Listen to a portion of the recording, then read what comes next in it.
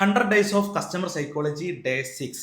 നമുക്ക് എന്തെങ്കിലും കിട്ടുന്നത് ഇഷ്ടപ്പെടുന്നതിനേക്കാൾ കൂടുതൽ നമുക്ക് എന്തെങ്കിലും മിസ്സാവുന്നത് നമ്മൾ വെറുക്കുകയാണ്. അതായത് എന്തെങ്കിലും കാര്യം നമുക്ക് കിട്ടാനുള്ള ചാൻസ് കുറവാന്ന് പറയുന്ന സമയത്ത് നമുക്കത് എങ്ങനെയെങ്കിലും വാങ്ങിച്ചെടുക്കാനുള്ള ആഗ്രഹം കൂടെയാണ്.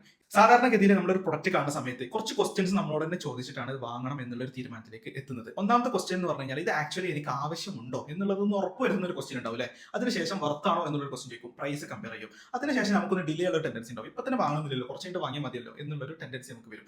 ഇതും കടന്നു പോയി കഴിഞ്ഞാൽ നമ്മൾ ആളുകൾ എന്താണ് ഇതിനെക്കുറിച്ച് പറഞ്ഞിട്ടുള്ളത് അഥവാ റിവ്യൂസ് നമ്മൾ നോക്കും. അതിനുശേഷമാണ് നമ്മൾ വാങ്ങാം എന്നുള്ള തീരുമാനത്തിലേക്ക് എത്തുന്നത്. എന്നാൽ ഫോമോ റിലേറ്റഡ് ആയിട്ടുള്ള മെസ്സേജസ് നമ്മൾ കാണുന്ന സമയത്ത് ഇതൊക്കെ മറന്നിട്ട് മാക്സിമം നമ്മൾ റിവ്യൂസിലേക്ക് നോക്കിയിട്ട് വാങ്ങുക എന്നുള്ളൊരു പ്രോസസ്സിലേക്ക് ബൈപ്പാസ് ആവുന്നതായിട്ട് കാണാൻ പറ്റും. ചില കേസസിൽ ഇതൊന്നും ഇല്ലാതെ ഒറ്റയടിക്ക് വാങ്ങുന്ന സിനാരിയോസ് ഉണ്ട്. ഇതൊക്കെ നമ്മൾ ഡെയിലി ലൈഫിൽ കാണുന്ന ഇത്തരത്തിലുള്ള മെസ്സേജസ് ആണ്. നമുക്കറിയാം ഇതൊക്കെ കൊടുത്തിട്ടുള്ളത് ഇതിനാണ് എന്നുള്ളത് അറിയെങ്കിൽ കൂടി നമ്മളുടെ ആ ഒരു ഡിസിഷനെ ഇതൊക്കെ ഇൻഫ്ലുവൻസ് ചെയ്യുന്നുണ്ട് അല്ലേ. ഞാൻ ഈ അടുത്ത് ഒരു ബിരിയാണി ഓർഡർ ചെയ്യാൻ വേണ്ടിയിട്ട് ഒരു ഹോട്ടലിലേക്ക് വിളിച്ച സമയത്ത് അവിടുന്ന് പറയാണ് ബിരിയാണി തീർന്നിട്ടുണ്ടാവും, ഞാൻ നോക്കിയിട്ട് തിരിച്ചു വിളിക്കാം. 5 മിനിറ്റ് കഴിഞ്ഞിട്ട് തിരിച്ചു വിളിച്ചിട്ട് പറയണേ ബിരിയാണി ഉണ്ട്, നമുക്ക് ഓർഡർ ചെയ്യല്ലേ, എത്ര വേണമെന്ന്. എന്നെ സംബന്ധിച്ചിടത്തോളം ഇനിയും വൈകി കഴിഞ്ഞാൽ ഈ പറഞ്ഞ പോലെ കുറച്ച് കഴിഞ്ഞിട്ട് ഓർഡർ ചെയ്താൽ മതിയോ, അല്ലെങ്കിൽ വേറെ 1-2 സ്ഥലത്തും കൂടെ നോക്കണോ എന്നുള്ളതൊക്കെ മറന്നിട്ട് പെട്ടെന്ന് ഓർഡർ ചെയ്യണം.